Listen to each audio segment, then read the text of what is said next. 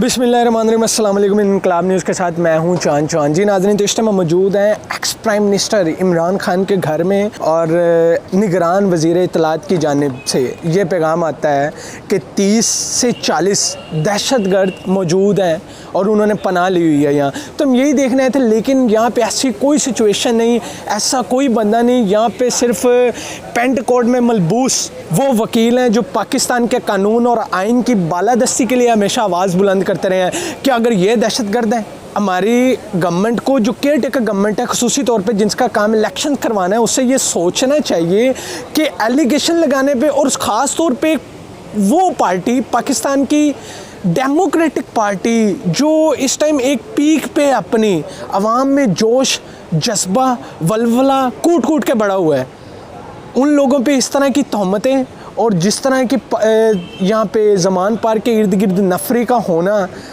ये शर्म की बात है। आर्टिकल 10 आ चुका है, right to fair trial, due process of law आगे हुआ है।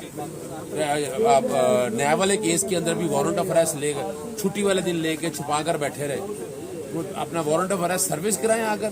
और जो राइट है हर एक का, जो कानून कहता है, कोई एक्स्ट्रा ऑर्डिनरी नहीं। और ये भी मैं हैरान होता हूँ कि कौन सी ऐसी फेवर है जो इमरान खान साहब को दी गई है। वो जमानत कबल गिरफ्तारी है, हर एक का हक है, वो ले सकता है। हिफाजती जमानत हर एक का हक है, वो ले सकता है।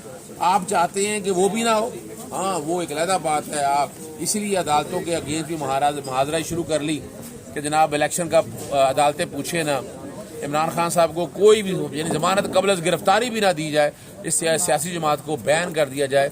ये आईन पाकिस्तान गुंजाइश नहीं देता है।